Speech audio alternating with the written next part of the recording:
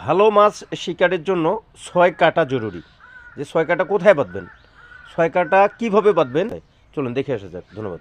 এরকম সম্মানিত শৌখিন মৎস্য শিকারী ভাই এবং বন্ধুগণ, আমি ৬ কাটা বাঁধতেছি।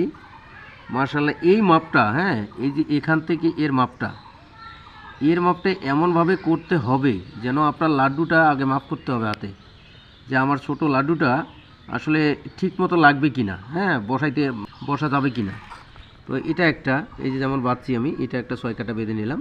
এটা ৬ কাটা। এই যে এখানে স্টেপ, এর দূরত্বটা অল্প রাখতে হবে, ছোট। আর এটা লং রাখতে হবে ১.৫ ইঞ্চি বা ২ ইঞ্চি। এই যে যেমন এটা আমি আসলে এখন ২ মাথা দিয়ে বসায় দেব। গিটটা বসায় দেওয়ার সময় অবশ্যই খুব শক্ত করে বসাতে হবে, না হলে কিন্তু খুলে যাওয়ার চান্স থাকবে। হ্যাঁ, হবে এই যে এইভাবে বসাতে হবে, দুই দিকে টান দিয়ে। মাশাআল্লাহ, এটা বসে গেছে।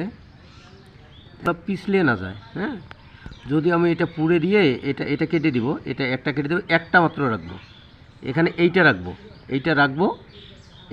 আর এই দুইটা কেটে দেবো। তো যাই হোক, এভাবে ৬ কাটা করতে হয়। এই যে ঝুলন্তটা এটা আছে, এটা ৬ কাটা। তো এটা হচ্ছে ১১ নম্বর কাটা দিয়ে। ধন্যবাদ।